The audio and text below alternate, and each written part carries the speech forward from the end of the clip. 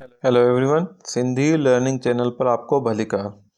आज हम सिंधी में अपना इंट्रोडक्शन कैसे देते हैं, सिंपल इंट्रोडक्शन कैसे देते हैं वो हम पढ़ेंगे।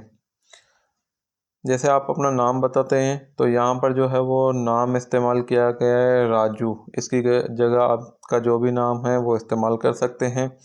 जैसे यहाँ पर है कि मेरा नाम राजू है, आप बता देंगे मेरा नाम जो है ना वो राजू है। तो इसको सिंधी में कैसे बोलेंगे? मेरा की जगह आ जाएगा मोहनजो। मोहनजो नाम की जगह आ जाएगा नालो। मोहनजो नालो राजू आहे। मोहनजो नालो राजू आहे। अब बोलेंगे कि मैं हैदराबाद में रहता हूँ। ठीक है, तो जो भी शहर है आप वो उसका नाम इस्तेमाल कर सकते हैं। यहाँ हैदराबाद शहर इस्तेमाल किया गया है, तो इसके लिए सिंधी में बोलेंगे कि आऊँ, या फिर माँ भी इस्तेमाल कर सकते हैं। आऊँ हैदराबाद में रहंदो आहियां।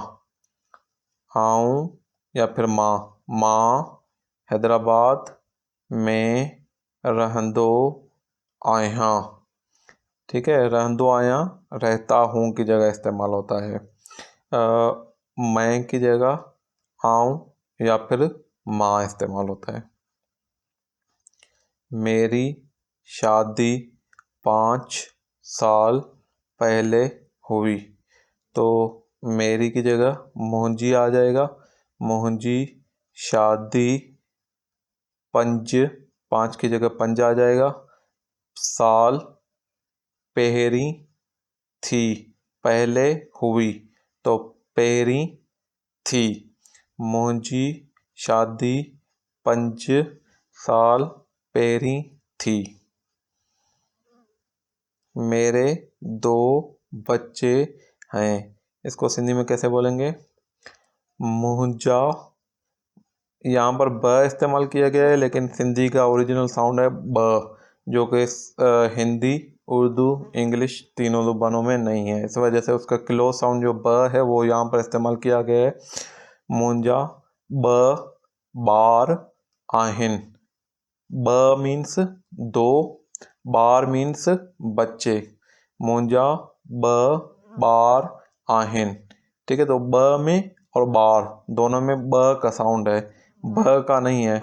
लेकिन चूँकि हिंदी, उर्दू, इंग्लिश तीनों में जो है ना वो ब वाला साउंड नहीं है, तो यहाँ पर ब का इस्तेमाल किया गया है।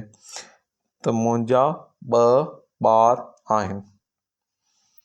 मैं एक प्राइवेट इदारे में काम करता हूँ, तो मैं की जगह जो है वो आऊँ आ जाएगा। आऊँ हिक खानगी, खानगी मीन्स प्राइवेट, इदारे में नौकरी कंदो आहियां। करता हूँ कंदो आहियां, खानगी की प्राइवेट की जगह जो है ना वो खानगी आ जाएगा। काम, नौकरी जो है, नौकरी या काम दोनों चीज़ें जो है वो इस्तेमाल होता है। काम की जगह सिंधी में जो है ना वो कम में इस्तेमाल होता है। आऊँ कम कंदो आहियां या नौकरी कंदो आहियां।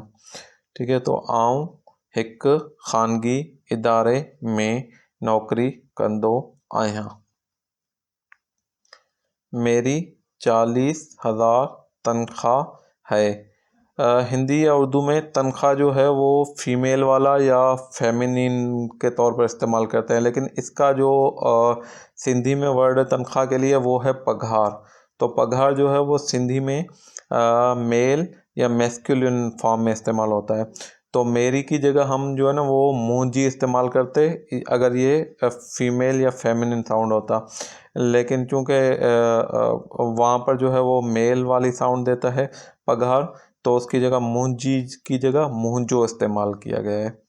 मुंजो 40,000 पगार आहे। मुंजो 40,000 पगार आहे।